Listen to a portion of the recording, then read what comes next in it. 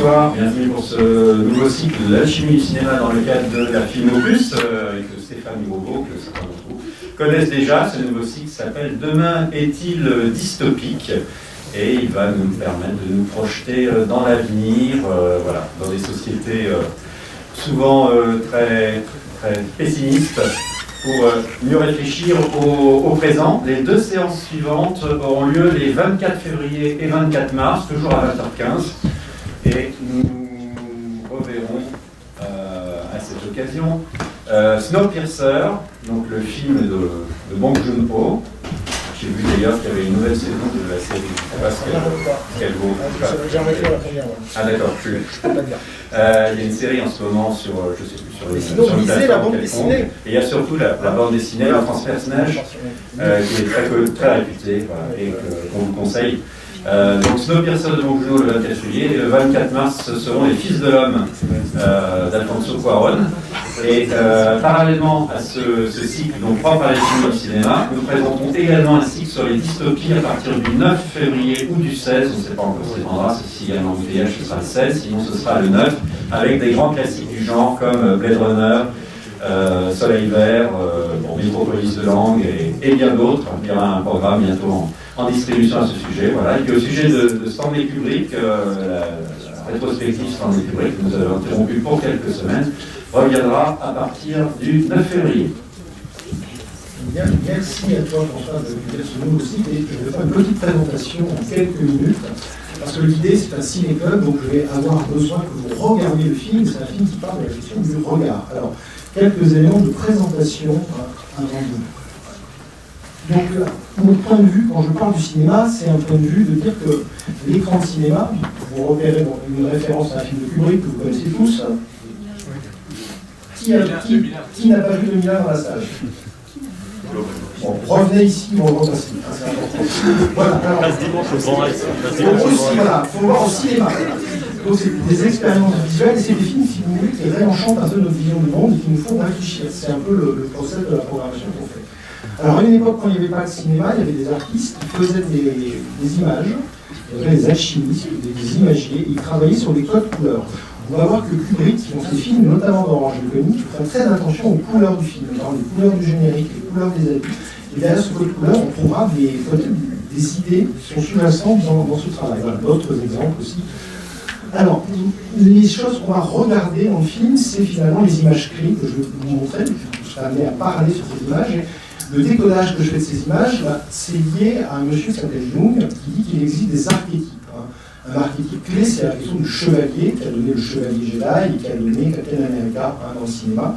Jung a développé ça à travers des mandalas et toute une théorie de l'image. Quand on regarde un mandala, on échange notre conscience, échange. Et quand on voit 2001 et Orange Mécanique aussi, notre conscience, notre perception du monde est quelque peu changée.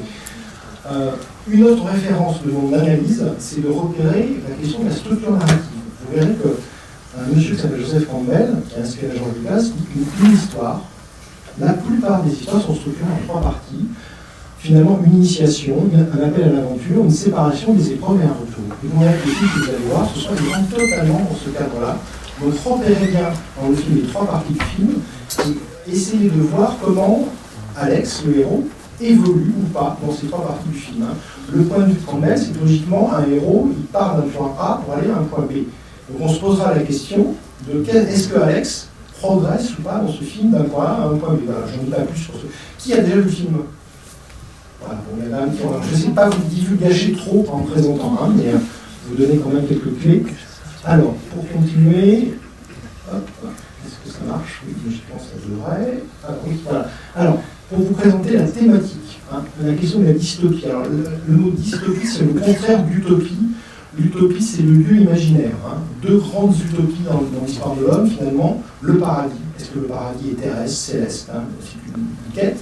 Et une autre utopie, plus terrestre, ça a été de trouver, par exemple, l'Atlantide. Est-ce que l'Atlantide est quelque part sous terre? Oui. Donc, c'est 2 recherches qui ont motivé dans l'imaginaire des choses. Alors après, il est arrivé des dystopies. Les dystopies, c'est des gens comme Philippe Cadic, dont j'ai présenté Blade Runner, qui repassera. Et la Blade Runner, c'est effectivement une utopie qui aurait mal tourné, si vous voulez, quelque chose qui dérape. Alors, il y a plusieurs thèmes, hein. Il y a la question du progrès. Le progrès, c'est chouette, mais est-ce que le progrès, c'est de l'esclavage ou ça nous libère?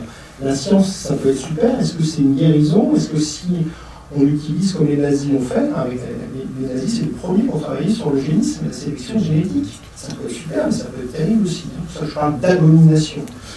L'État-providence qui nous protège, a priori, c'est super, hein, par rapport au fait que les luttes ouvrières ont été soutenues et par rapport aux méchants capitalistes, sauf qu'à un moment donné, l'État, est-ce qu'il ne veut pas aujourd'hui, et dans les films du Kubrick, c'est très présent, de dire qu'on peut avoir une dictature du mal, hein, c'est assez facile de voir que les nazis n'étaient pas très gentils parce qu'ils ont quand même mis des gens dans le champ à gaz, c'était assez évident. Après, dans les dystopies, on voit des États qui font la dictature, qui mettent en place des trucs pour notre bien. Là, c'est vachement difficile quand on veut bien de dire non, je ne veux pas. Qu'est-ce que c'est que le bien et le mal? Donc on va travailler là-dessus.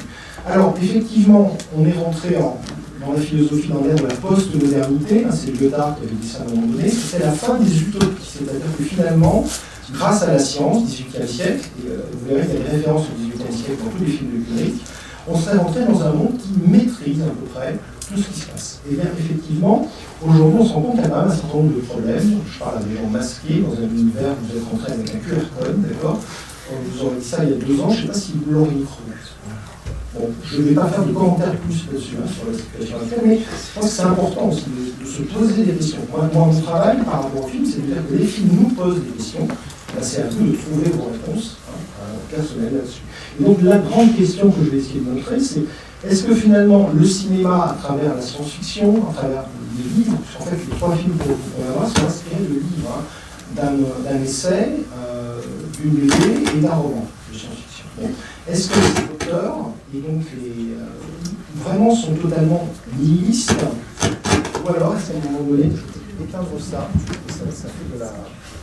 Voilà. Je vais parler comme ça, vous m'entendez? Oui. Voilà, c'est mieux. Donc, est-ce que ces auteurs sont vraiment nihilistes ou est-ce que quelque part, il n'y a pas derrière ça une nouvelle utopie à reconstruire? Voilà. Avec Orange Mécanique, c'est pas simple, mais vous allez voir que les 3 films, petit à petit, notamment avec Les Fils de l'Homme, on voit une progression vers quelque chose d'intéressant. Voilà. C'est pour ça que je les ai mis dans ce sens-là. Alors, maintenant, on va reparler plus de Kubrick. Alors, si je dois décrire en quelques mots le cinéma de Stanley Kubrick. On a dit que Stanley Kubrick, il a fait un cinéma très mental. Il a beaucoup réfléchi, c'est un intellectuel qui a beaucoup lu. Il y a tous les genres de cinéma, hein, de la science-fiction, la guerre. Bon, Orange Mécanique, on dit qu'il est dans une trilogie sur le futur. Il y a 2001, et puis il y a Docteur Folamour. Hein, et l'Orange Mécanique est dans un futur très proche. Voilà. La belle image, vous allez voir que comment Kubrick travaille, on a reproché à ce film d'esthétiser la violence. Vous me direz votre avis après. Est-ce que vous trouvez que c'est esthétique? Est-ce que Kubrick, par rapport à ça, quel est son point de vue sur la violence? Il est très très embêté sur la question de commenter son œuvre. Vous verrez quand même à la fin, je vous donnerai quelques petites phrases de Kubrick que j'ai trouvées qui donnent des clés. Mais il ne donne jamais toutes les clés. Voilà. Il adore bidouiller les caméras, il est autodidacte, il est technicien, il prend des choses très très pointues, donc c'est pour ça que ces films sont très beaux, hein, il y a un travail sur les plans. Et aussi, finalement, il est très solitaire, hein, avec sa famille, notamment après Orange Mécanique. Il va vraiment vivre un petit peu en autarcie, il va se méfier, il va lui arriver des choses que j'expliquerai un peu après. Et effectivement, il va se marier 2 fois, avoir une vie très heureuse avec Christiane Kubrick, qui était peintre, et il va avoir 3 filles. Et une va partir dans la scientologie. Et c'est pour ça aussi qu'il va faire Eyes Wide Shut, dont je parlerai après. Hein. Voilà. Alors, voilà. Christiane Kubrick, vous regarderez bien dans le film, il y a un de ces tableaux. Essayez de regarder qu'est-ce que représente ce tableau. On en reparlera. Hein. Voilà. D'autres petits points sur le film. Alors, ça, c'est sa filmographie. Alors, dans la filmographie de Kubrick, regardez. On est en 1971, donc juste après un film qui est une espèce d'ouverture vers le ciel. Et vous allez voir qu'il y a un raccord image entre la fin de 2001 et le début d'Orange Mécanique. Et ce qui est intéressant, c'est que la fin, sans vous divulgacher la fin d'Orange Mécanique annonce Barry Lyndon. Et je vous ferai commenter l'image de fin, on la regardera, parce qu'après je travaille sur des captures d'images. Vous verrez qu'en fait tous ces films, et quand on prend Eyes Wide Shut, dans Eyes Wide Shut, c'est le 13e film, vous avez des références à tous ces films. Donc Kubrick s'approche le plus au cinéma de l'œuvre d'art totale, puisqu'en fait on a aussi un travail sur la musique qui est assez formidable, qui est fait dans chaque film. Alors voilà, hein, pour juste vous resituer, Dr Strangelove, ça c'est fabuleux, hein, sur la question aussi du ton. Hein. Le film qu'on va voir ce soir frise la comédie et le burlesque, comme ce film-là. Et pour autant, le propos est quand même assez sérieux. Hein, mais ce qui est intéressant, c'est lui, quand on regarde 2001, mais quand on regarde en mécanique, je trouve que c'est bien, vous êtes libre de spéculer comme vous voulez autour de, finalement, du sens philosophique et allégorique de 2001. Mais ça, on peut le dire pour tous ces films. Donc ça veut dire que le film que je vous présente ce soir, dans le cadre de l'analyse que je vous propose, il colle tout à fait. Hein. Parce que ça ne marche pas avec les bronzés font du ski, ce que je fais. Je suis désolé, j'ai essayé, je n'ai pas réussi à trouver le... Mais là, on est pas mal. Donc faites très attention, regardez bien les images, parce que là, voilà. Pour donner quelques images aussi des films de Kubrick. Hein. La vision du monde, c'est un monde très très infernal. On va parler d'un héros qui est plutôt un anti-héros. On va parler de l'ombre. On va parler des références au mode jeu, hein, les échecs. D'ailleurs, il y a 10 films sur 13 de Kubrick qui finissent très mal. Je vous en dirai pas plus. Hein. Voilà. Il y a la symbolique du labyrinthe, hein, qui est reprise par Christopher Nolan, qui est fan de Kubrick. Vous savez, Christopher Nolan, sa société prod, c'est un labyrinthe, c'est un hommage à Kubrick. Voilà. Et donc, effectivement, est-ce qu'on sort du labyrinthe? Ben, voilà. Si vous avez l'occasion de revenir ici voir 2001 Shining et Eyes Wide Shut, vous verrez que vous allez faire un très bon complément de séance avec ce qu'on va faire aujourd'hui, hein, pour comprendre ce type qui est quand même un des grands du cinéma. Alors, si vous voulez aller plus loin, vous pouvez lire ces deux livres. Michel Simon, je prendrai quelques extraits, hein, parce que Michel Simon a rencontré Kubrick en 1972, et Kubrick a parlé énormément sur Orange Mécanique, pas trop sur 2001. Par contre, si vous lisez l'Odyssée de 2001, vous avez quelqu'un qui fait une analyse alchimique de 2001 encore plus barrée que celle que j'ai faite quand je l'ai passée. Donc ça me rassure, je ne suis pas le seul à avoir des films partout. Hein. Voilà. Donc, j'en arrive à la présentation du film, 5 minutes. Comme ça, vous serez préparé à voir un truc qui est quand même un choc. C'est un film qui se base sur un livre cathartique, qui est écrit par ce monsieur, Anthony Burgess. Anthony Burgess, il lui arrive un truc terrible. Un soir d'hiver, sa femme est violée par des voyous sous ses yeux.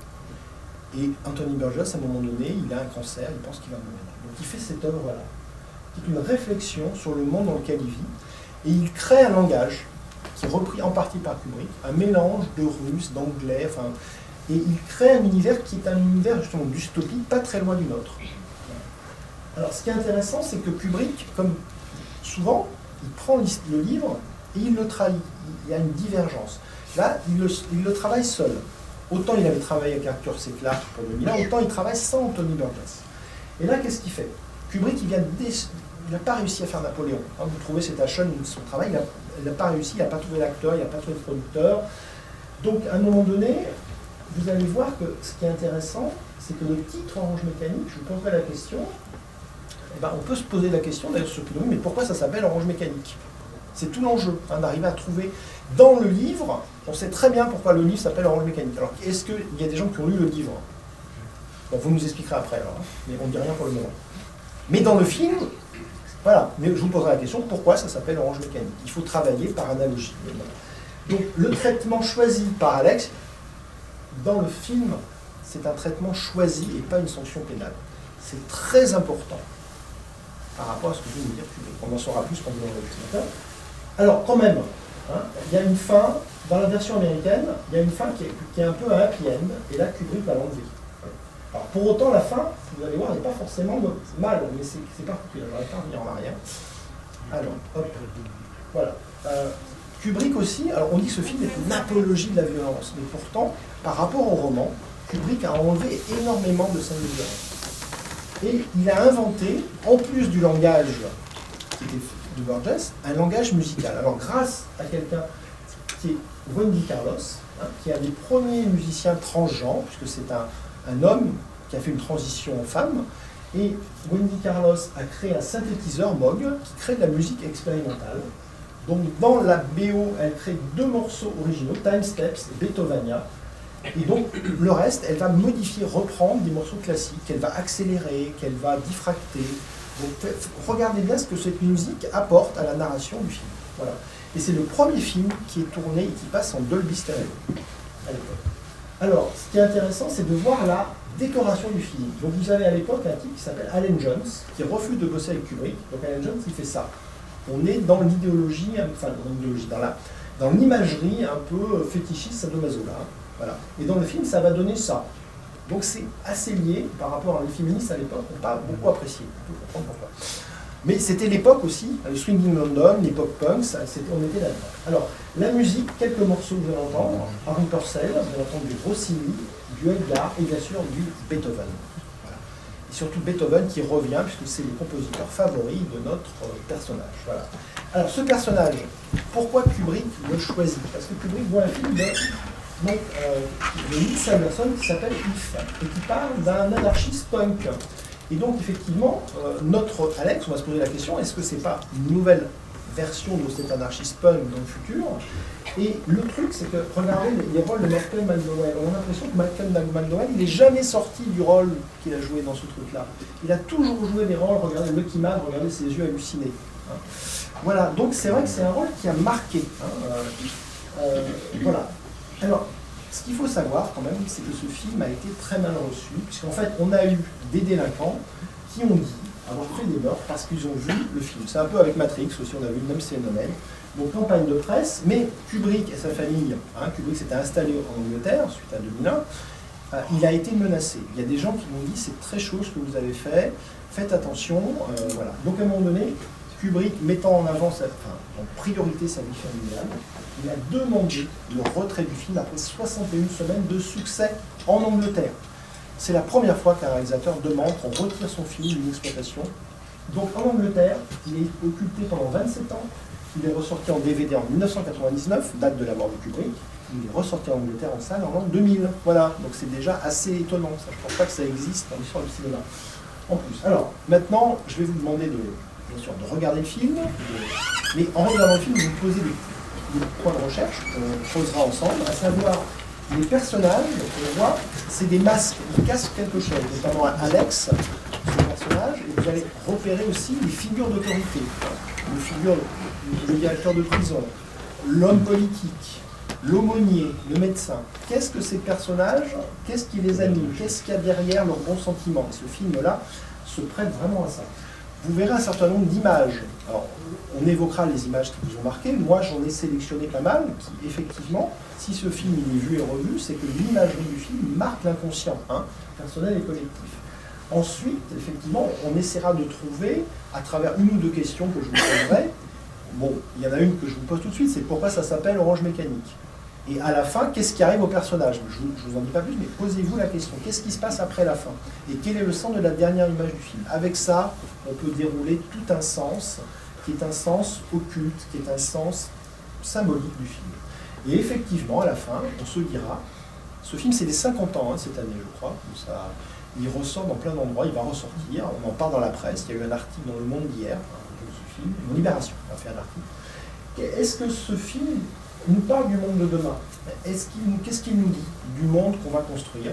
Est-ce que ce monde c'est un cauchemar ou est-ce qu'on peut encore rêver à une possible utopie malgré le chaos environnant? Voilà. Sur ce, je vous invite à faire comme Alex, et alors vous dire effectivement quand même, voilà, ça c'est un truc dans lequel je ne vais pas aller trop là-dessus, parce qu'il y a plein de gens qui ont utilisé la France Orange Mécanique, hein, la sécurité, ils ont repris le nom pour dire, bah ouais, c'est chaud, il y a de la sécurité, c'est à cause des immigrés et des jeunes. Bien, hein, voilà. Donc je ne vais pas trop aller là-dessus, moi, mais ça a été fait. Voilà. Par contre, ce que je vais vous demander, c'est d'ouvrir l'œil, mais j'espère que ça ne va pas vous faire comme à Alex, parce que Alex, c'est compliqué. Donc bon cauchemar. Et à tout à l'heure. Donc j'espère que vous pourrez rester.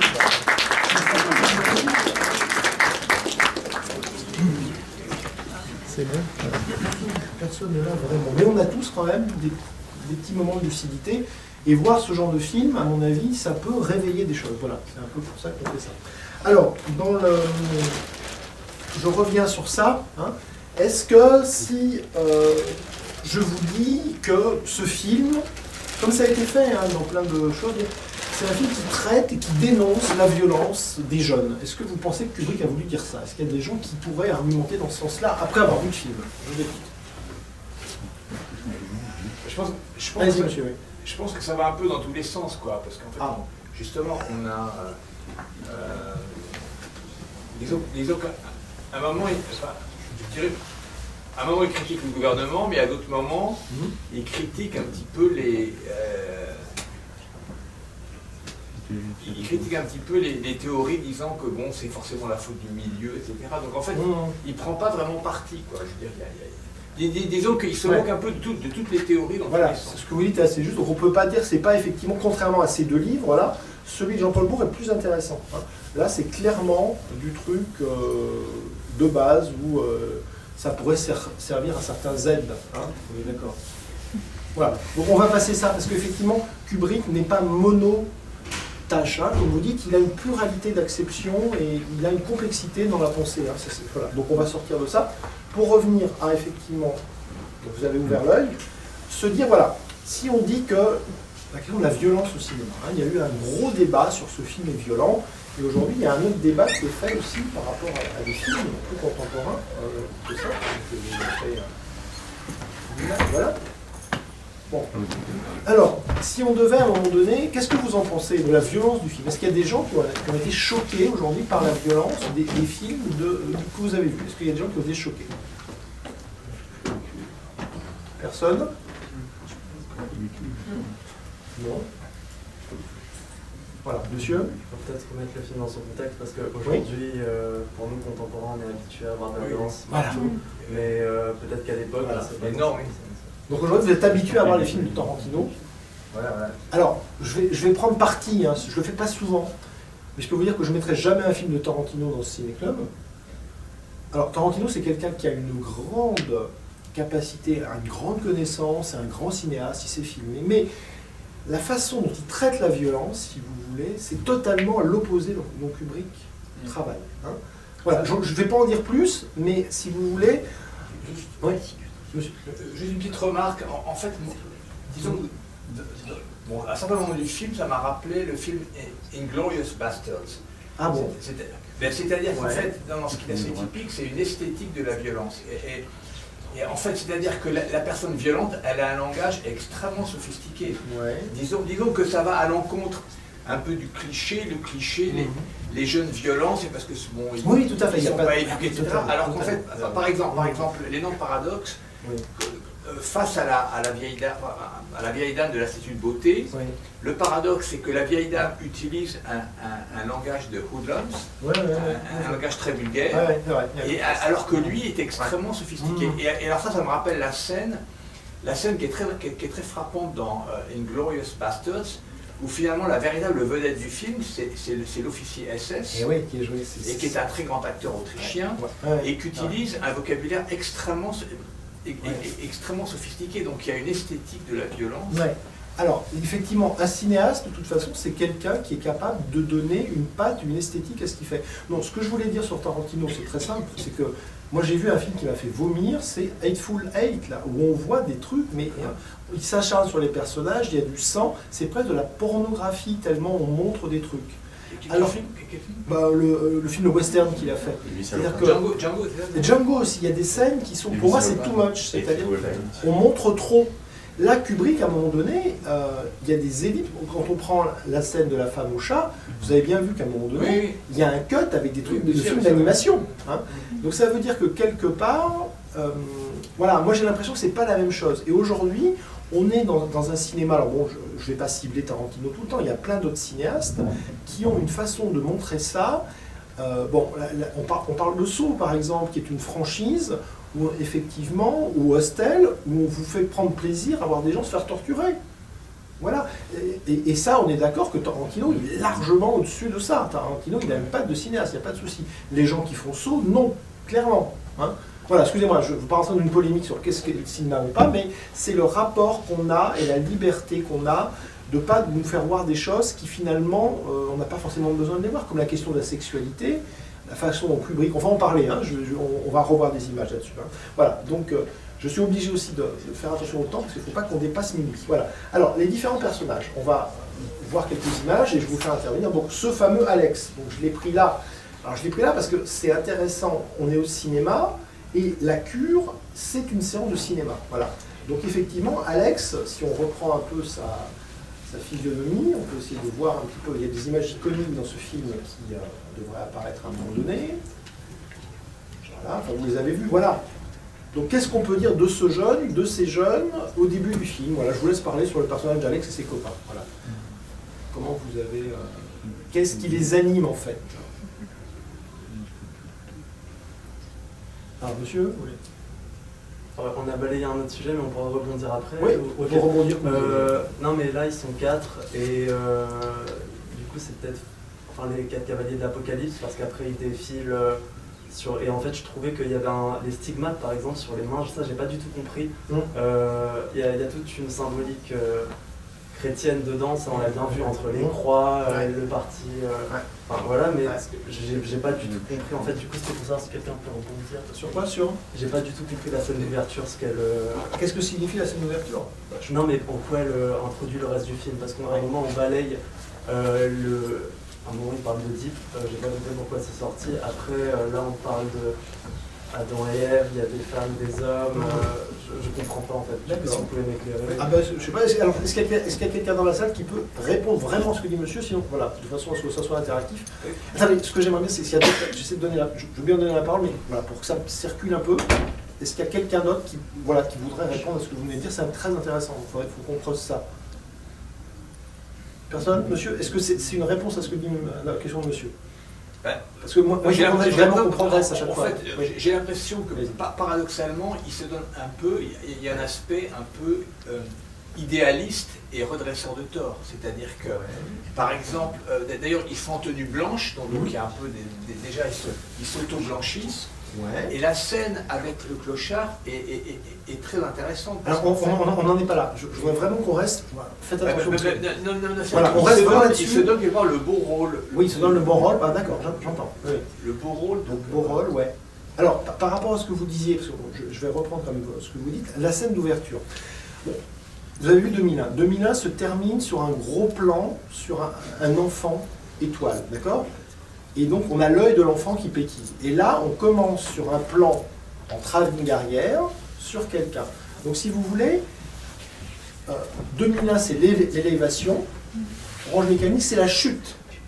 Et la chute, on est effectivement dans un monde qui a chuté. Si on prend les récits bibliques, c'est Lucifer, l'ange de lumière. Et Lucifer, il est effectivement...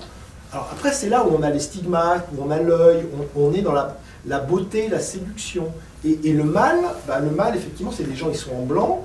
On rejoue des choses avec le lait maternel. Hein. Et puis ce lait, vous avez compris ce que c'est que ce lait quand même? C'est évident. C'est dit dans le film. C'est dit. La semence. Mais c'est quoi le lait? C'est une drogue. C'est une drogue. C'est une drogue qui est pire que le cannabis à Amsterdam. C'est une drogue qui officiellement vous rend ultra violent. Et là, est-ce que c'est un lieu qui est... Alors, quel est le statut de ce lieu? Est-ce que c'est un lieu qui est underground, où ils prennent des risques? Mais moi, on a l'impression que c'est un lieu totalement toléré. Puis même assez chic. Même assez chic, on est d'accord. Parce qu'il y a la... Voilà. Donc on est sur un truc totalement ambigu. Et donc effectivement, là, après 2001, on est passé très très haut, Kubrick, il nous dit, mais redescendons sur Terre, et voyons que dans un futur proche, hein, on n'est plus à Amsterdam ou avec le cannabis, là, on est passé à un autre niveau, où effectivement, les jeunes, pour ressentir des choses, ils font des choses encore plus terribles, en se donnant effectivement, ça a l'air cool, quoi. Hein, donc ils sont défoncés gentiment, et après quand on est défoncé, qu'est-ce qu'on fait? Effectivement, on va se promener, ils boivent du lait, donc ça, il y a le côté effectivement à chaque fois, une dualité entre le côté ange et démon. Hein, voilà, c'est la dualité qui est vraiment vue par cette image, ils boivent du lait, mais en même temps, il y a le côté de l'étrangeté lié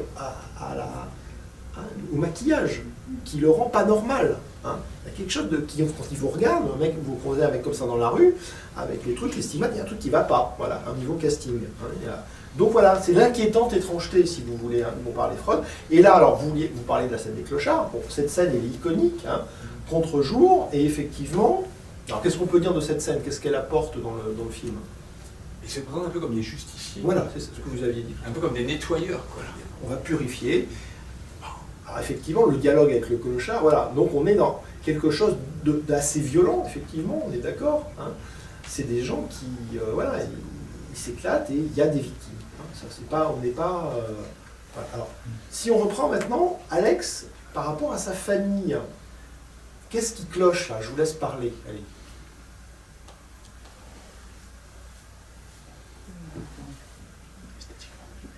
Alors, excusez-moi monsieur, parce que je ne voudrais pas que ce soit juste un dialogue entre nous, même si vous avez... Alors, est-ce qu'il n'y a pas un monsieur, dans le fond? À ce moment-là du film, moi, pour ma part, je me suis attaché à Alex, et du coup, j'ai un peu de peine pour lui, qui s'est un petit peu assagi, il a changé, et il rentre chez sa famille, tout pourrait aller pour le mieux, et il y a un individu inconnu. Voilà, alors c'est intéressant cet individu, hein. Il est en rouge, Alex, il lui ressemble un petit peu, regardez la proximité avec maman. Donc cette famille, même avant qu'il arrive, qu'est-ce qui se passait dans cette famille? Est-ce que c'est la question de la norme? Regardez les couleurs aussi. Je veux dire, la mère, regardez comme elle est habillée. Est-ce qu'il n'y a pas un contraste entre son âge et puis la façon dont elle s'habille? Hein? Non? Je sais pas. Est-ce qu'il n'y a pas un truc dans l'idée de refuser de devenir vieux et d'accepter le temps qui passe? Hein, une espèce de déni. Hein? Qu'est-ce qui se passe, voilà, hein? Et effectivement, là ce qui est très fort, c'est que, vous avez bien vu, c'est que Kubrick, en même temps, on peut ressentir dans la scène précédente une espèce de, ouais, ce type il est là, ouais, c'est un petit enfant blessé. Donc effectivement, là, on a vraiment, à travers la composition des images, à travers le film, l'idée d'une ambiguïté profonde, hein, bien entendu. Hein, et où à la fois il apparaît bourreau et victime dans une autre scène, tout à fait. Alors, continuons notre démarchage dans les différentes parties du... Hop, décidément. Alors, voilà. Alors ça, on rentre dans un autre domaine. Vous savez, il y a les parents qui éduquent, et puis il y a ce monsieur. Alors ce monsieur, qu'est-ce qui se passe avec lui?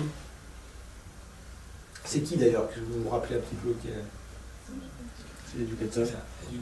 Alors est-ce que c'est un bon éducateur du coup? C'est quoi sa problématique? La pédophilie. Ouais. Un petit peu, non?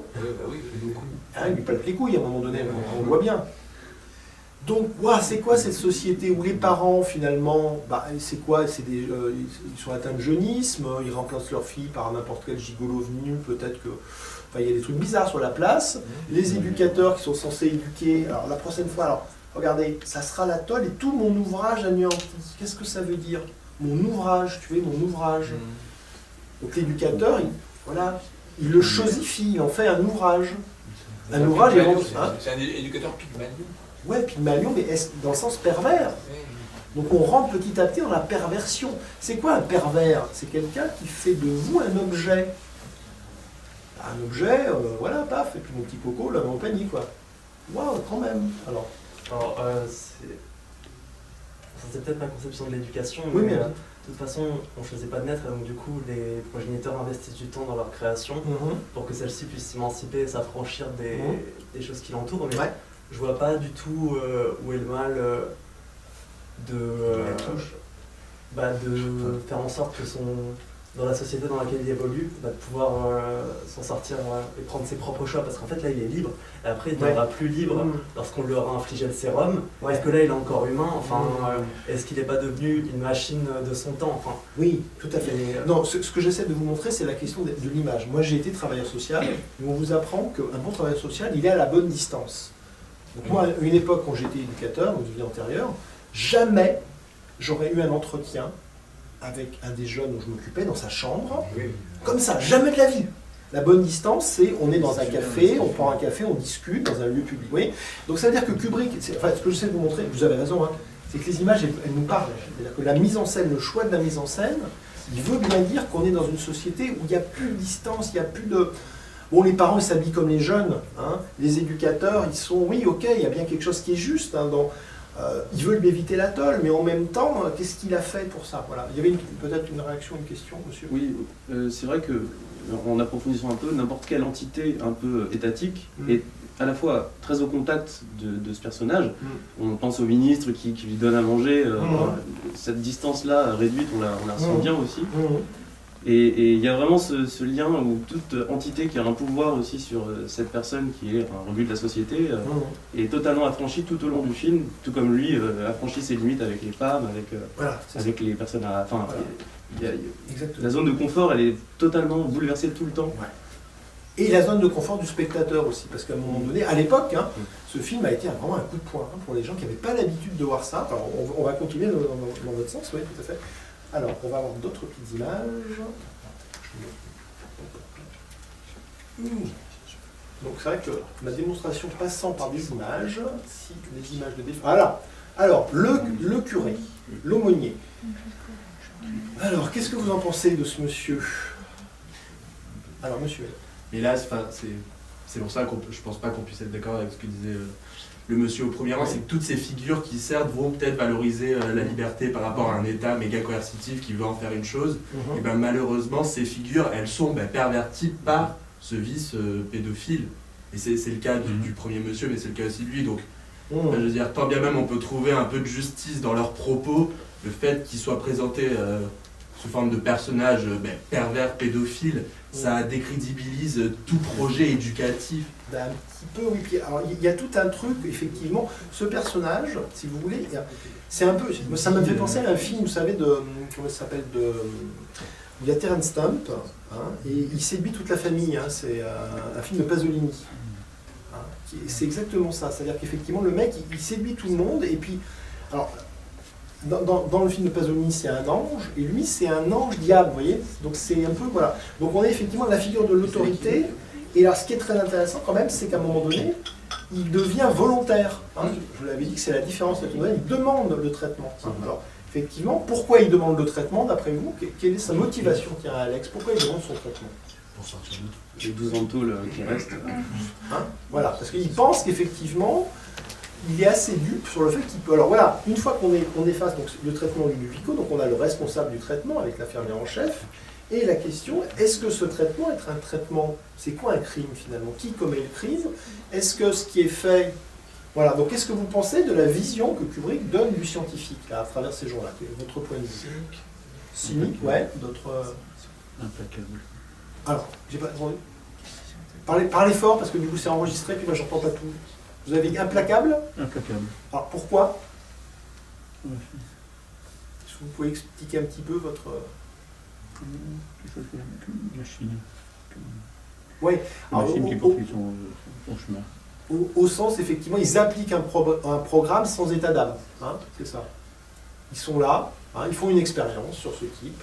Ah, ouais. Monsieur? Du coup, ils disent qu'est-ce qui est un crime et pas qu'est-ce qu'un crime. Ouais. Et du coup, la notion de... Enfin, le qui, il a peut-être un rôle clé qui serait de pointer quelqu'un du doigt. Après, j'ai pas du tout la réponse, mais qu'est-ce qui est un crime? Enfin, j'ai un peu du mal avec cette formule. Après, Kubrick qui pose la question finalement, est-ce que par rapport à ce qu'on voit, est-ce qu'il y a un Deus ex machina? Qu'est-ce qui fait qu'on en est là finalement, hein? Bon. Et c'est vrai qu'à la fin, on va peut-être essayer de trouver des réponses, mais en tout cas, voilà, on est sur quelque chose qui est assez étonnant. Alors, toujours, si on revoit des images sur la mise en scène, les pics de fatiguer, c'est un peu le problème. Les pics de fatigue. Ah voilà, bon, alors, une autre scène de... Donc cette scène, bon, ces personnages, on est d'accord, ils sont vus 2 fois. Hein, mais juste, moi, ce que je voudrais, c'est qu'on parle de ce personnage-là, qui apparaît d'abord comme une victime et qui se transforme en bourreau lui aussi. Alors qu'est-ce qu'on peut dire de ce que vous avez compris un peu le rôle qu'il joue dans le film? Qu'est-ce qu'il représente? Il est très ambigu. Ouais, attends, monsieur. C'est la vengeance, enfin il y a une question de vengeance. Ouais, bien sûr. Mais au début, c'est pas le cas. Il va le reconnaître parce qu'à un moment donné, au début, il ne l'a pas reconnu. C'est la chanson Singing in the Rain. Et d'ailleurs, pour la petite histoire, Singing in the Rain, c'est Malcolm McDowell qui a suggéré ça à Kubrick. Dans la scène, il y a des moments donnés, Kubrick avait demandé de faire ça avec une espèce de... Kubrick avait demandé de danser, hein, pour donner un côté un peu fun, quoi. C'est-à-dire que c'est de la violence un peu gratuite, on va danser. Et lui, il a dansé, il a chanté Singing in the Rain pour danser. Et c'est resté. Hein, c'est intéressant que Kubrick a accepté cette proposition de jeu de Malcolm McDowell. Et ça reste à la fin ce sur quoi il le reconnaît. Non, ce que je voudrais vous demander, c'est sur l'échiquier politique, il est comment lui? Ah, c'est le progressiste. Ouais, c'est le progressiste plutôt. Hein, qui est plutôt, lui, hein, alors que le pouvoir serait plutôt à droite, lui il serait plutôt à gauche. C'est ça à peu près? Sauf qu'à la fin, les méthodes qu'il emploie, est-ce que c'est si progressiste que ça? Intéressant, vous voyez, c'est-à-dire que tout se retourne à un moment donné. Hein, donc la question de l'ambiguïté. Et donc ce ministre qui serait l'ennemi. Alors, madame? En fait, il est progressiste tant que ça reste dans l'abstrait, mais dès que ça le touche personnellement, Ouais. tout d'un coup, il... Voilà. Voilà, c'est tout à fait ça, c'est la question de la théorie de la pratique, ouais. Alors, ce monsieur-là qu'on voit plusieurs fois, là, à la fin, alors, la lumière à la fin, c'est-à-dire que si vous voulez, on peut voir, moi je fais des parallèles un peu avec 2001, mais un 2001 de traqué. À la fin, on a le vieil homme qui donne naissance à l'enfant lumière. Là, à un moment donné, le vieil homme, il est dans un lit, il voit un monolithe qui le transmute. Là, il ne voit pas un monolithe, il voit deux baffes qui renvoient de la musique, et il voit de la lumière, mais ce n'est pas la lumière divine, c'est la lumière des médias. Vous voyez ? Comme quoi Kubrick s'amuse à refaire des plans, mais on est totalement dans autre chose là. Et donc du coup, voilà, cet homme politique, comment vous l'évaluez? Qu'est-ce qu'il peut représenter? Qu'est-ce que Kubrick dit de la politique à travers ce type? Alors, il y a des gens qui n'ont pas parlé, qui veulent parler, allez-y. Je redonne la parole à ceux que... Alors, je vous écoute, allez. Oui, monsieur. La politique, c'est juste de l'apparence. Ouais. C'est quelqu'un qui féministe, c'est un personnage qui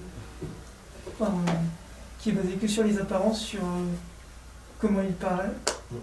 Et il n'y a pas d'évolution de son personnage pendant le film, c'est toujours la même personne.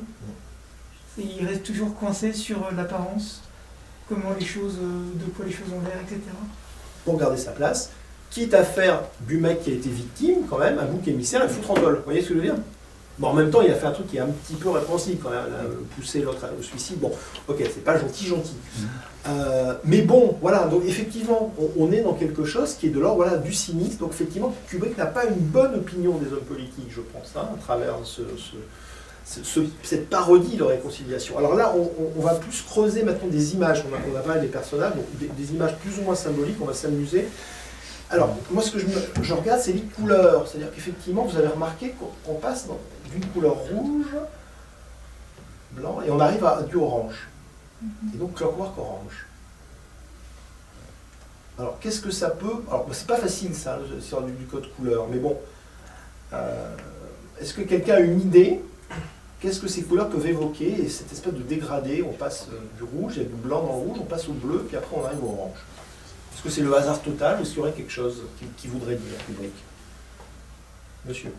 Moi, au tout début, lors du générique de début, l'enchaînement des couleurs, ça me faisait plutôt penser au drapeau britannique, ouais. ou même au drapeau américain, du coup.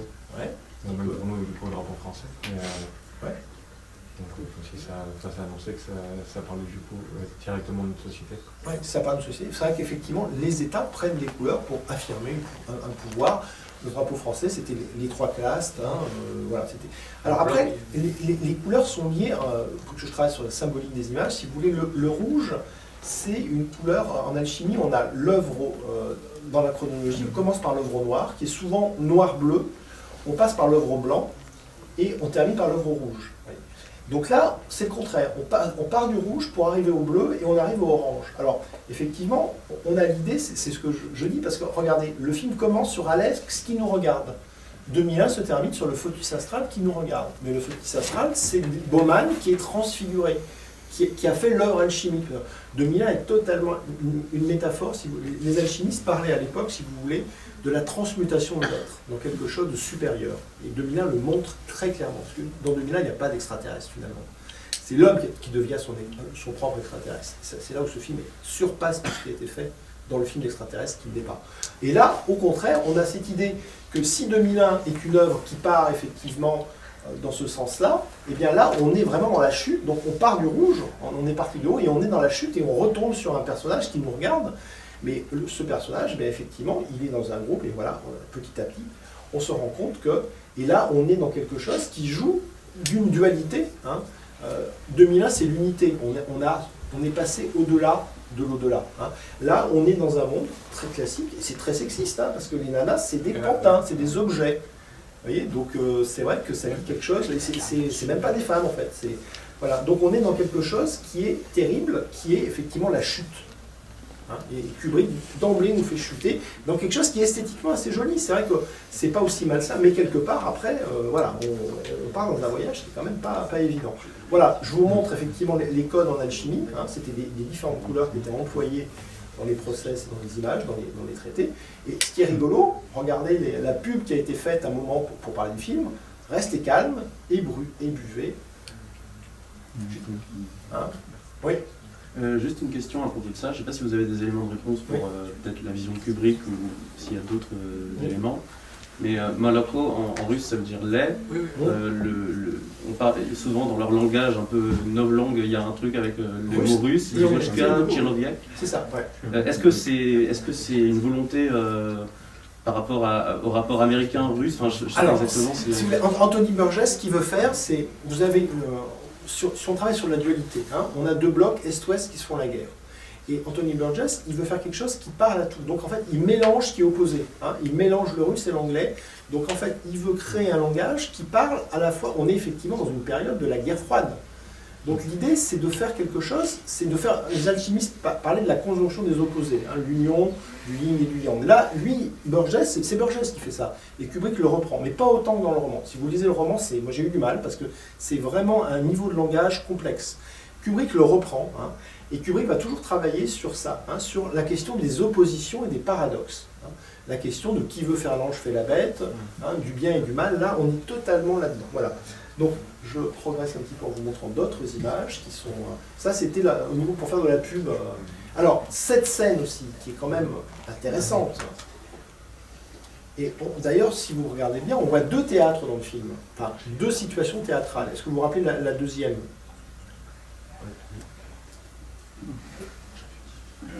On est sur une scène de théâtre.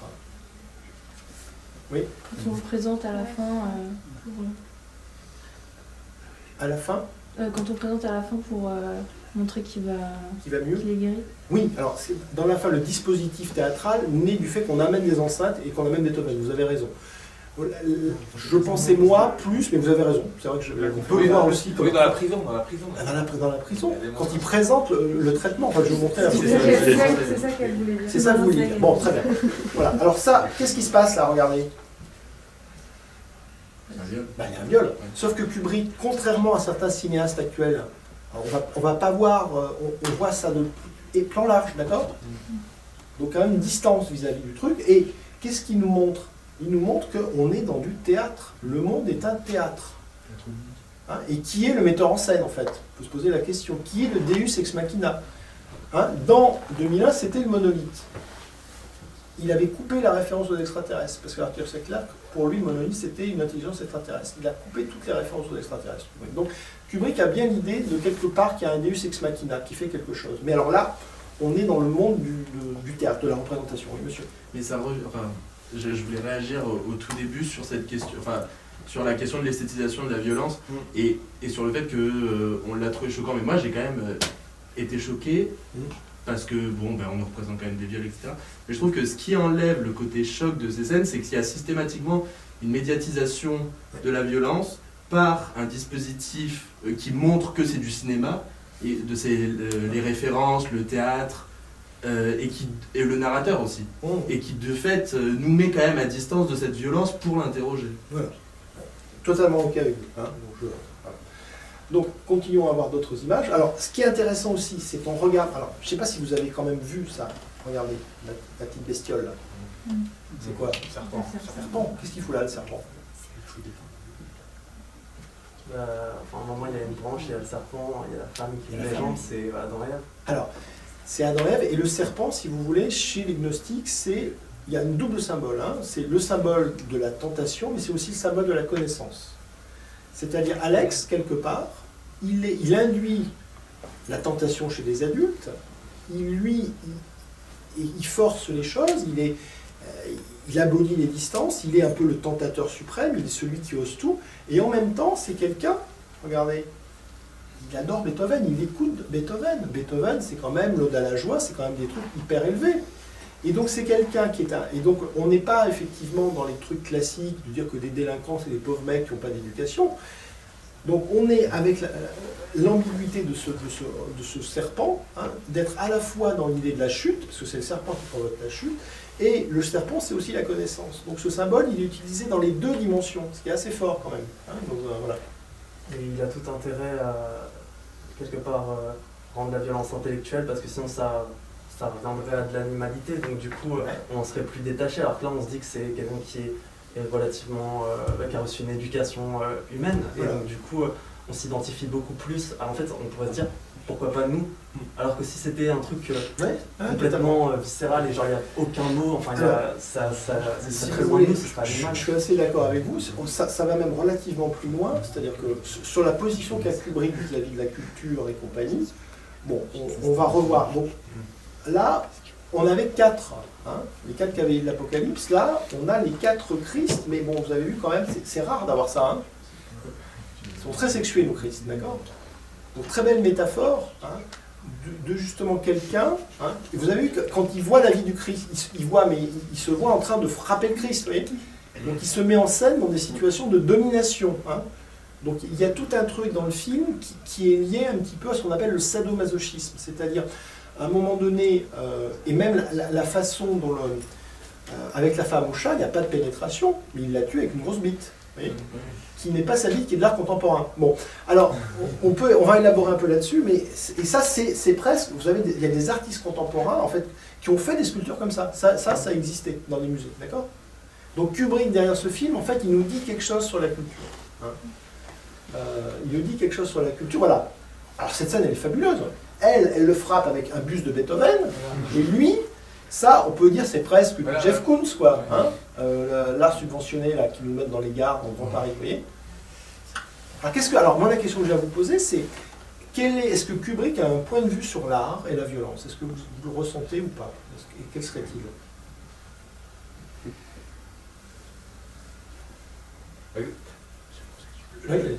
Le paradoxe, justement, alors cette scène, elle est ultra paradoxale et même oxymorique, puisque dans le fond, c'est c'est le jeune voyou qui défend l'art classique, et en fait, c'est la vieille dame, en fait, qui est censée être moderniste, qui va utiliser Beethoven pour le frapper à la tête. Et d'ailleurs, à un moment, elle réussit à le frapper. Donc quelque part, ça excuse un peu le geste, parce que dans le fond, il s'est pris un gros coup de Beethoven dans la tronche, et que dans le fond, s'il tue la dame, c'est que, je veux dire, c'est pas par pur sadisme.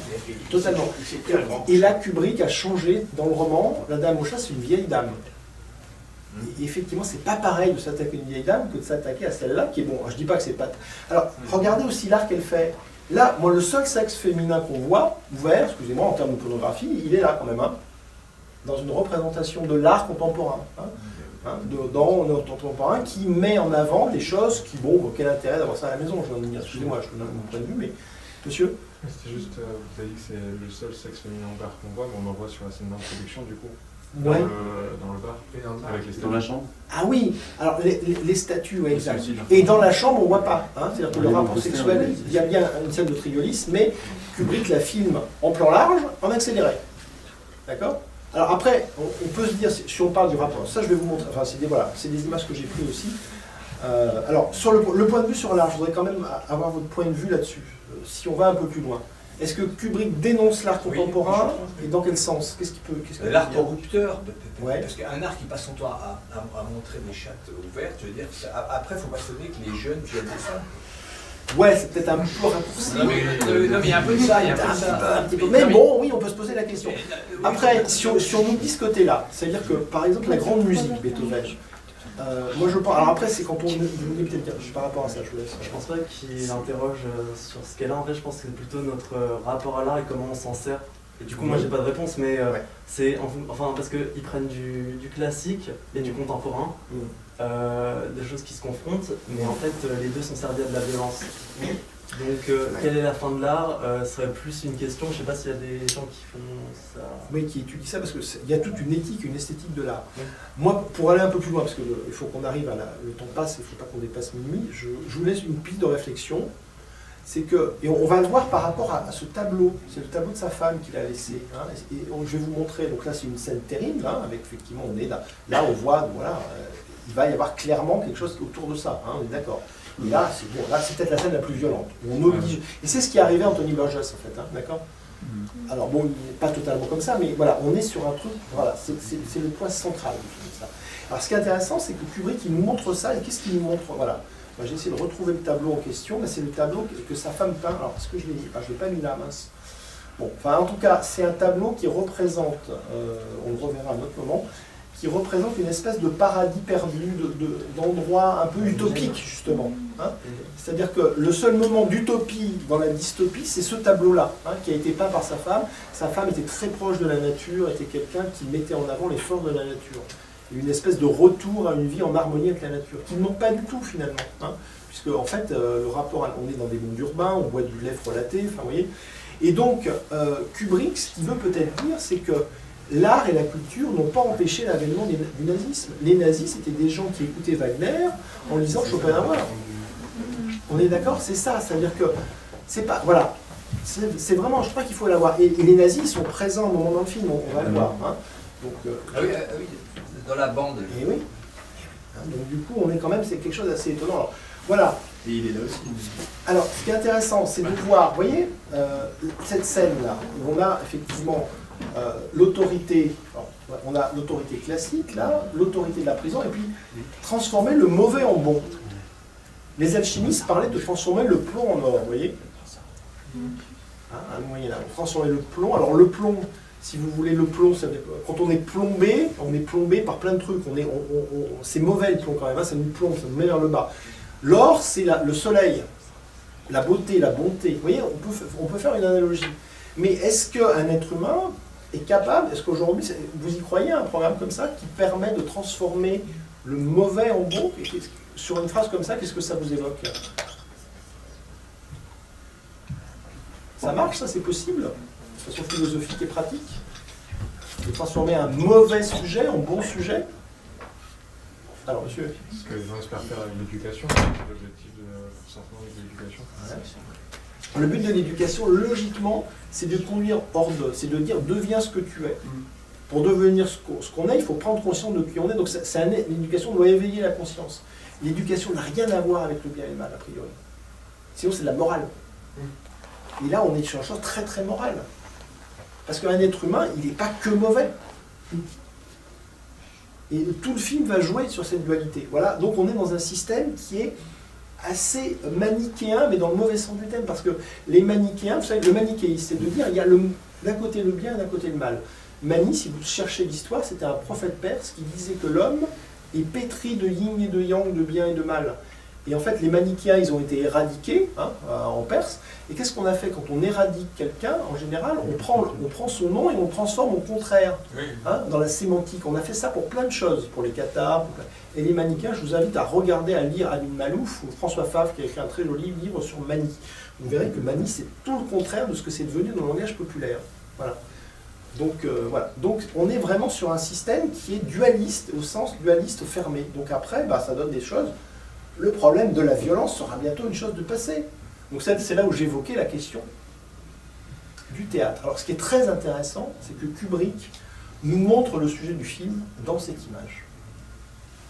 Alors, qu'est-ce que vous voyez qui est le sujet du film? Alors, d'un point de vue jungien, je vous ai parlé de Jung tout à l'heure. Alors, si vous parlez du yin et yang, là il y a l'ombre qui vient... L'ombre. Jung nous parle que, d'ailleurs, on se promène dans la rue, on a une ombre. Donc c'est-à-dire que n'importe lequel d'entre nous, nous avons une ombre, nous avons une part maudite, une part sombre. Et le travail d'un travail d'évolution, c'est de prendre conscience de cette part et de l'intégrer, de l'assumer. Pas forcément en faisant un travail de psychanalyse, mais vous voyez, là, il nous montre bien, il y a une mise en scène assez fabuleuse. Il se tient très très sage comme un gentil garçon, mais il a son ombre. Et tout son ombre, elle ne va pas arrêter de ressortir, d'accord? Et le système, lui aussi, a une ombre. Et le système va utiliser tout ça avec ce qu'on appelle le problème de la violence sera bientôt une chose du passé. Déclaration de politique électorale. On va éradiquer la violence. Bon, allez hop, encore un. C'est terrible parce que ça se joue encore un peu de nouveau. Voilà, monsieur. Et là, je trouve que c'est là aussi où on voit l'érudition de Kubrick, c'est qu'il dénonce aussi Rousseau. Oui, qui disait on va forcer l'homme à être libre. Exactement. Voilà. Et ça, Kubrick le dit. Vous avez lu Les Entretiens avec Michel Simon? Non. Voilà, Kubrick le dit dans Les Entretiens avec Michel Simon. Vous relisez, vous avez bien vu. Alors, ce qui est intéressant, c'est qu'à un moment donné, contre-plongée, et puis voix off, on nous dit le halo de la grâce céleste. Vous voyez, quand même, cette espèce de nostalgie d'un truc. Mais on lui dit, mais c'est pas ça. Et quand il voit ça, qu'est-ce qu'il fait? Vous vous rappelez ensuite, qu'est-ce que ça lui fait, ça? Ça fait vomir. Bah, ça ne lui fait plus rien. Hein. Donc c'est-à-dire quelque chose qui, a priori, hein, n'importe lequel d'entre nous, dans une relation classique, bon, en général, c'est pas forcément déplaisant. Là, donc ça veut dire qu'il a été totalement détruit sur un certain plan. Hein. Et détruit comment? Effectivement, avec des images qu'on lui a infligées. Alors bon, à un moment donné, dans ces images, il y en a une qui est quand même assez étonnante et qui montre un peu le point de vue de Kubrick sur... Vous vous rappelez des images qu'il voit par rapport à... Il y a une image, alors je vais vous la montrer, puis vous allez... C'est quand elle salue à la fin, c'est ça qui est Oui, oui, il y a, alors, sur le salut, ouais, c'est bizarre. théâtral. Ah, c'est très théâtral à chaque fois, hein. On est forcément sur du théâtre. Alors, il faudrait que je change de pile la prochaine fois, parce que là... Donc vous avez une scène avec un défilé nazi, je ne sais pas si vous vous rappelez. Oui. Voilà,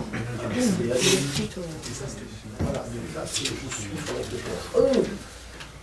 alors, le défilé nazi qui ne veut pas apparaître, parce qu'effectivement c'est une image. Donc en fait, le nazisme, si on regarde bien, c'est effectivement l'impensé de Kubrick, et donc plus son cinéma. Alors là, oui, il y avait la scène de sexualité qui est floue et surexposée, hein, la partouze aussi, et la scène de... Voilà, c'est ça que je voulais vous montrer. Bon, vous avez compris la symbolique de la swastika, hein, enfin, vous avez compris ou pas, mais je vous l'explique rapidement, c'est l'idée de du 4, hein, les 4 cavaliers de l'Apocalypse, les 4 de l'Église, et c'est l'idée de l'énergie. Donc l'énergie, le soleil, la vitalité. Mais à la base, la swastika, chez les Indo-Européens, elle tournait dans l'autre sens. Donc ils ont inversé le symbole. Voilà, ils en ont fait un symbole de mort. Pourquoi c'est un symbole de mort? Parce que les roues, elles tournent dans le sens du temps. Et le temps, d'ailleurs je surveille le temps, parce que sinon je vais me faire tuer par le projectionniste, et le temps va nous tuer, on est d'accord à la fin. On meurt. Hein, alors que chez les Indo-Européens, le symbole de la vie, c'est la swastika à l'envers. Donc, Kubrick, il nous met ça, c'est pas pour rien. Hein. C'est bien qu'il a en tête que cette histoire de nazisme, la culture ne l'a pas empêché. Voilà, ça c'est quand même très chouette de le mettre et de le suggérer. Et il avait eu un projet qui s'appelait Aryan Papers, où il devait développer l'histoire d'une famille qui arrivait à échapper à l'ordre totalitaire nazi en falsifiant des papiers. C'est intéressant. Voilà. Alors, donc, alors ça va faire très joli sur la vidéo. Voilà.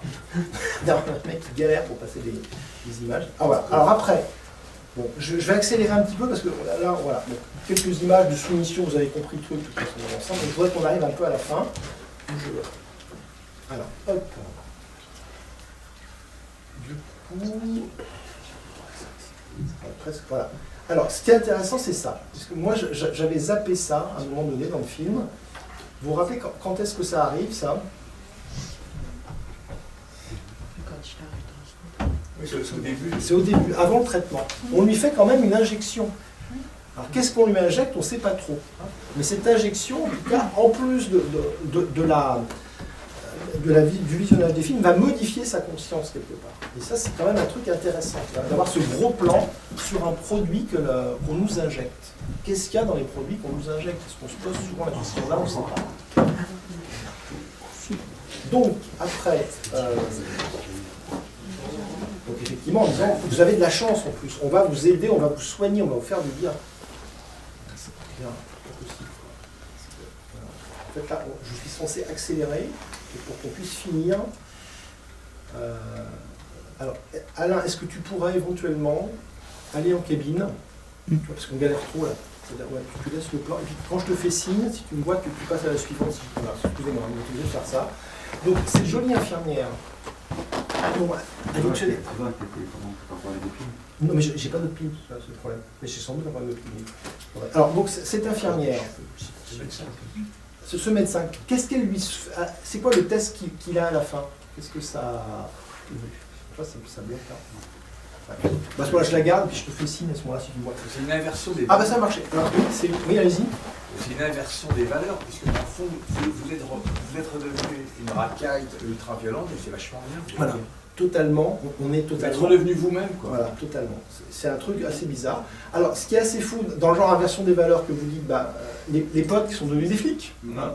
Donc effectivement, on est dans quelque chose qui devient totalement... Après... En fait, dans ce film, il y a il y a 3 étapes, hein, vous les avez repérées, et puis il est construit en miroir, comme dans Eyes Wide Shut. Dans Eyes Wide Shut, Tom Cruise, il fait le parcours à l'envers, et là, il refait le parcours à l'envers, et là, effectivement, alors, le monsieur qui est là, c'est celui qui va jouer Dark Vador, hein, c'est David Powers, qui joue Dark Vador chez Lucas. Voilà, et donc on a la scène où le héros, lui il devient finalement victime et le bourreau, enfin la victime devient bourreau.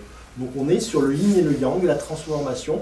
On peut dire que c'est presque la loi du karma aussi à un moment donné, puisqu'il est agressé par le vous voyez, le clochard qu'il a agressé. Et là on voit, vous voyez, déjà une espèce de plan. Ces gens qui a priori sont des gens très civilisés parce qu'ils adorent l'art et compagnie, mais ils se construisent comme les dernières brutes parce qu'ils savent très bien que quand Beethoven, qu'il adorait, eh bien, ils ont réussi à l'enlever, même l'amour de Beethoven, qui était quand même un truc qui est... La musique est censée nous aider, nous sauver, lui, il l'utilise pour l'amener à se suicider. Donc c'est quand même une perversion suprême. Il n'ose pas le tuer lui-même, parce qu'il sait très bien... Voilà, donc c'est vrai qu'on est dans... Waouh, il se passe quand même la deuxième partie, c'est une inversion de valeur totale. Voilà, alors ce que je voudrais vous montrer maintenant, pour conclure, parce que c'est un peu qu'est-ce que ce film veut nous dire, et je vais quand même vous demander deux questions, je pense, si tout va bien. Donc Alain, si tu me vois, parce que là, voilà, qu'est-ce que ça veut dire Orange Mécanique? Allez, on y va, parce que il y a deux affiches, il y a celle-là, et puis il y a celle-là. Alors celle-là, on en reparlera à la fin, je vous montrerai, mais celle-là, intéressant, pourquoi ça s'appelle Orange Mécanique? Allez, quelqu'un fait une hypothèse?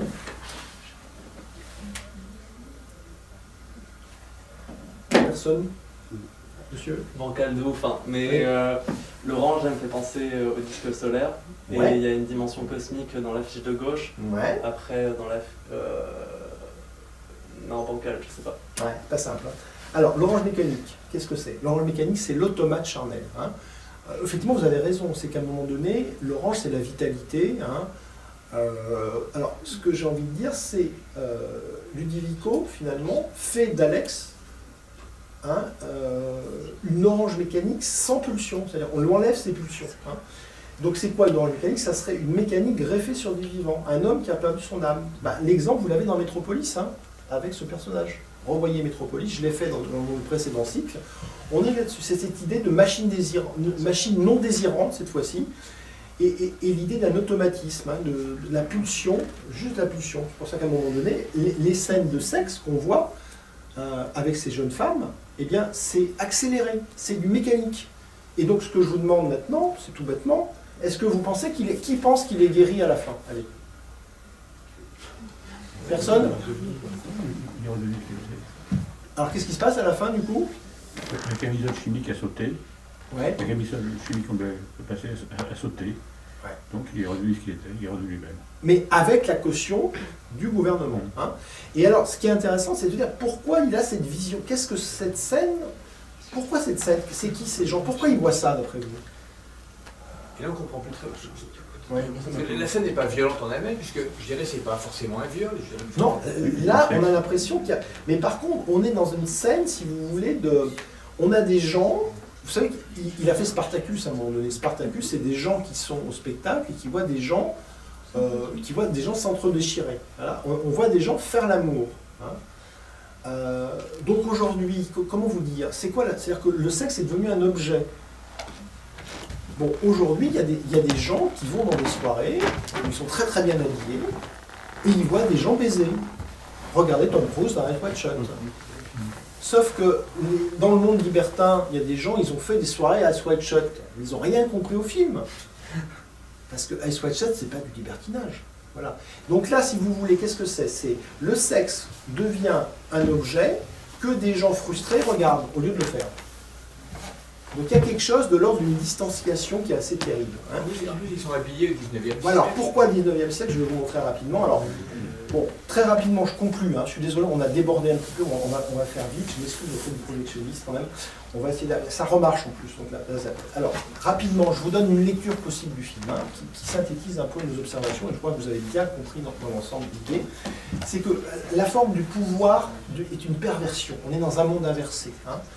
Par rapport à 2001 qui remettait le monde dans un ordre spirituel, là on est dans la chute.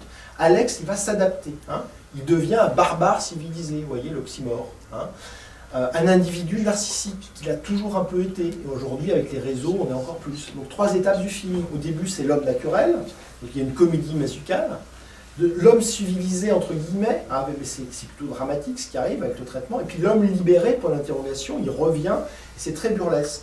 Et en tout cas, ce qui est clair, c'est qu'il est empoisonné par quoi? Par du lait, par de la drogue, et par un médicament donné par des scientifiques. Vous voyez, donc c'est quand même intéressant de voir les sources de conditionnement. Hein, et donc, ce qui est intéressant, c'est de voir la suite. C'est-à-dire que les personnages en costume, ils sont dans Barry Lyndon après.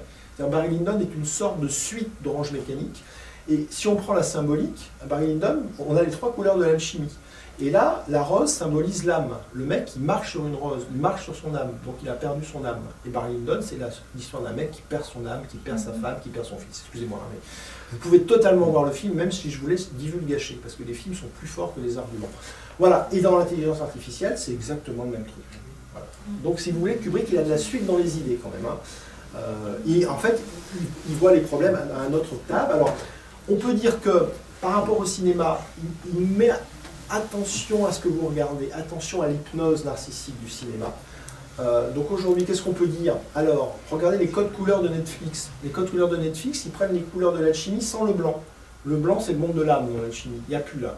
Hein, quand on prend des trucs... Alors, les gens qui font des trucs sur le satanisme, des trucs, alors je dis pas que Netflix est sataniste, hein, je dis que... attention, non, il y a des trucs très bien sur Netflix, attention.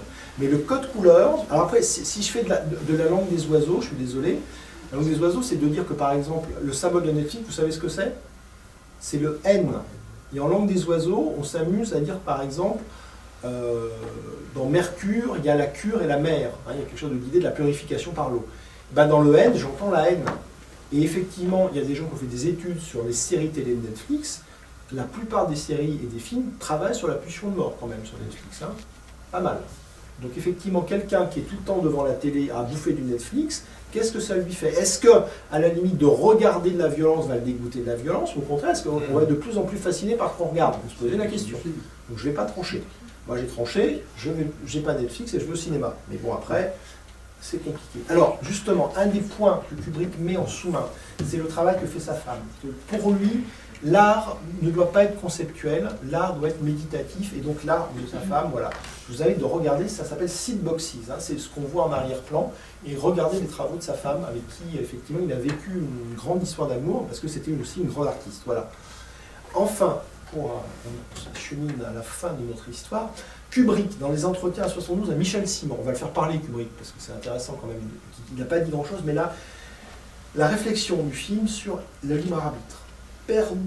Perdons-nous notre humanité si on nous retient la liberté de choisir entre le bien et le mal? La question que je reposerai en plus à Kubrick si je l'avais en face de moi, mais avons-nous déjà été libres de choisir? Je vois la question, je ne réponds pas, mais je pose des questions. Après, donc si on continue notre... Je vais essayer d'aller un peu plus loin après. Hein, bon, là, je vous donne un point de vue, c'est pas forcément... sauf si je suis... Voilà. Bon, vous voyez, bon, ça c'est le rapport aux médias. Donc effectivement, ce Kubrick, il va jusqu'à faire des faux journaux. Hein, c'est intéressant. Alors, ce qui est très intéressant aussi, c'est... Je vous donne une expérience. Moi, je vais à Cannes, je suis le festival du film positif. Il y a un monsieur qui s'appelle Jacques Attali, qui met des films positifs qui sont intéressants, mais là, il a sanctuarisé cette année Les Misérables. Hein.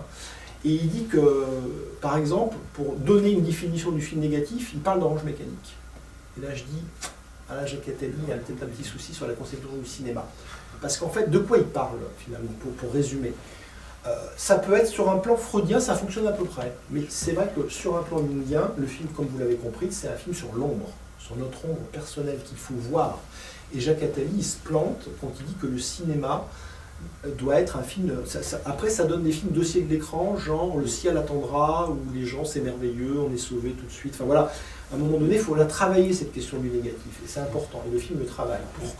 Pour Jung, si vous voulez, avant d'arriver au soi, à la totalité de l'être, on passe par la persona, c'est-à-dire se dire on a plusieurs personnalités, plusieurs rôles sociaux, on a une conscience moi de ce qu'on fait. Alors cette conscience moi, elle est des fois fracturée quand on aime 2 femmes, 2 hommes différents, on déteste ses enfants alors qu'on doit les aimer, donc on a un problème de positionnement. Après, effectivement, quand ces gens qu'on est censé aimer, on leur fait du mal malgré nous, donc là on a un truc à gérer avec notre ombre. Et une fois qu'on a fait ce travail-là, on arrive au soi. Mais des gens comme Jacques Attali ou qui disent qu'à un moment donné on peut se passer du travail sur l'ombre, là il y a une escroquerie intellectuelle. Voilà, je me permets de le dire. Et ils sont pas mal à penser ça. Et voilà, attention danger. Voilà, donc Alex, messieurs, dames, c'est notre miroir, je suis désolé de vous le dire, le mien aussi. Hein. C'est-à-dire on a tous cette part animale. Hein. Là elle est mise à puissance 10. Alex, si vous voulez, c'est lui la voix off, c'est lui le Deus ex machina, hein, c'est lui le démiurge de l'histoire. Hein. Et c'est intéressant parce que il lâche le truc Kubrick à la fin des entretiens avec Michel Simon. Il représente notre inconscient au niveau onirique et symbolique, là où le film nous atteint. C'est-à-dire Kubrick, il dit que les films doivent nous atteindre à un niveau allégorique et symbolique. Intéressant. Alors, ça le fait des fois pour nous élever, hein, comme le fœtus astral, mais ça le fait des fois pour nous remettre les pieds dans le caca et pour qu'on arrive à se regarder. Et c'est pas évident. Parce qu'on aime bien se dire qu'on est quelqu'un de super, civilisé. Et bon, on n'est pas que ça. Donc c'est un travail un peu... Voilà. Et donc, Anthony Burgess, à un moment donné, il n'a pas aimé le film. Il dit, ouais, c'est un sermon chrétien. Parce qu'effectivement, certains disent que lui représente la vie de Kubrick. Alors, qu'est-ce qu'on peut dire? C'est qu'à un moment donné, Kubrick, il travaille sur des mythes. Et donc, la notion que je vous évoque, c'est la notion du démiurge. Le démiurge, chez Jung, c'est un personnage, regardez, qui est à la fois un serpent, c'est pour ça peut-être qu'on a un serpent dans le film qui revient, et un lion. Donc en fait, il joue sur la complémentarité des opposés. Et Alex, c'est à la fois un ange et un démon. Donc il est biface, comme le dieu de Jung, hein, qu'on voit à la fois ange et bête à la fin dans ses mandalas. Donc là, on a l'homme et la femme, on a l'ange et la bête, vous voyez, dans les mythes gnostiques et dans les mandalas de Jung. C'est très intéressant, vous creuserez si vous voulez. Mais voilà. Et donc, là où je vais aller plus loin, hein, mais là je vous laisse choisir et aller voir par vous-même. C'est-à-dire que le film de Kubrick a fait l'objet d'une glose autour d'un monsieur qui s'appelle Jay Weiner. Hein. Weiner, il a fait un truc qui s'appelle l'Odyssée de Kubrick. Et il dit qu'effectivement, derrière ce que montre Kubrick, il existe des techniques de manipulation mentale qui seraient liées à des programmes, vraiment les programmes MK Ultra. Voilà. Je ne sais pas si c'est vrai. Ça mérite d'être exploré comme piste. Parce que Kubrick aurait peut-être dénoncé des choses dans ses films. Quand on voit des signes dans Shining, voyez le film Room 237 sur Shining, voyez aussi, après avoir vu Shining, l'explication que je fais de Shining et l'explication de 2001. Reste à faire celle de Ice White Shot et on aura fini le tableau. Il y a bien, à mon avis, quelque chose là-dedans à creuser. Après, je ne sais pas exactement quoi. Monsieur? Oui, alors la référence est très frappante là, à la programmation neurolinguistique. Ouais. Parce que moi, avant même de voir ça, moi, en voyant le film, en programmation neurolinguistique, ça porte un nom, qui s'appelle ancrage. Voilà, exactement. C'est ça. Bon, on est d'accord. Encore oui. Voilà. Bon, je ne vais pas développer plus, mais c'est vraiment intéressant. Donc, les gens qui ont envie, je vais vous donner même une autre référence. Alors, voilà. Ice White Shot, le dernier film de Kubrick. Là, on est grand ouvert et donc on les ferme à un moment donné. Et donc, Ice White Shot, là, on a vu un film sur le conditionnement, et Ice White Shot, peut-être que c'est un film sur le déconditionnement. Puisqu'à la fin, regardez, alors, je ne vais pas vous la donner à la fin, mais regardez comment la fin de Ice White Shot répond en miroir à la fin du film que vous venez de voir là. D'accord? J'en dis pas plus, parce que pour ceux qui ne l'ont pas vu. Alors, je vais vous donner 2-3 trucs. On arrive vraiment, ça c'est important quand même, que je vous amène à réfléchir à ça. C'est une revue qui existe, que j'ai trouvée, qui s'appelle Varia, numéro 5 2019. Il y a un article qui s'appelle La Nouvelle Orange Mécanique. Et là, on n'est plus sur des trucs, comme je vous ai montré au début, on est sur quelque chose qui s'appelle La contribution des biocriminologues à la médicalisation du contrôle social. Un article de Julien Larec.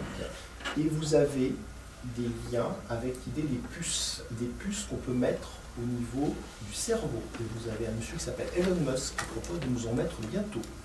Est-ce qu'il y a un lien ou pas? Je vous laisse trouver. Est-ce qu'on va vers une dystopie totalitaire? Alors c'est le lien avec le film et peut-être le monde, je ne sais pas, mais je me pose des questions.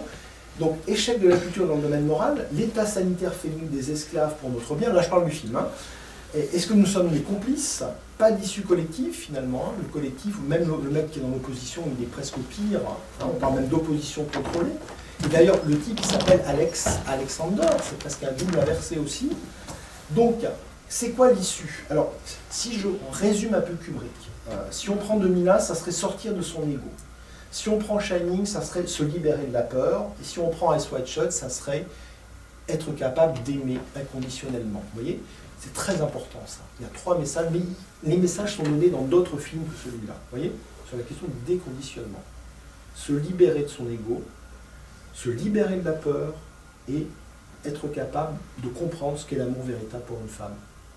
Et pouvoir vivre en couple avec un enfant de façon harmonieuse. Grosse aventure aujourd'hui. Voilà. Alors, je vais terminer rapidement sur... Alors, bon, Kubrick dit un truc assez énorme, juste la dernière. La science est plus dangereuse que l'État car elle a un effet plus durable. Voilà.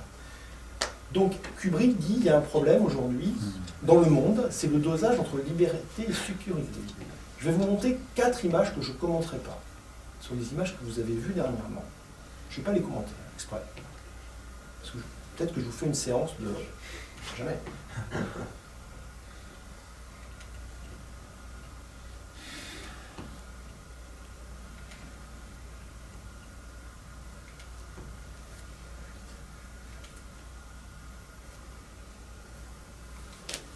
Voilà, je ne dirai pas plus, hein, parce que ça, à un moment donné, ça se passe de mots. Je vous laisse vous faire votre propre opinion et vous dire que finalement, j'ai terminé sur l'idée d'un passeport vert. Ce passeport vert, il a été pensé par la Commission européenne pour nous aider à lutter contre le dérèglement climatique. Mais pour nous aider à lutter contre le dérèglement, il faut limiter nos déplacements. Le prochain film que nous verrons, c'est un film qui parle d'un train qui se déplace dans un monde où la catastrophe écologique a eu lieu. Et qu'est-ce qui se passe dans ce monde-là? Vous allez voir que c'est très intéressant parce que ça nous parle aussi peut-être de notre monde et d'une autre façon de concevoir la vie en société. Voilà, je vous remercie d'être resté si tard. Je vous dis à la prochaine fois. Voilà. Et d'autres séances sont sur la chaîne YouTube Libermundi et la chaîne Facebook L'Alchimie du cinéma. Et merci aux projectionnistes et désolé d'avoir dépassé un peu les horaires. Voilà, merci.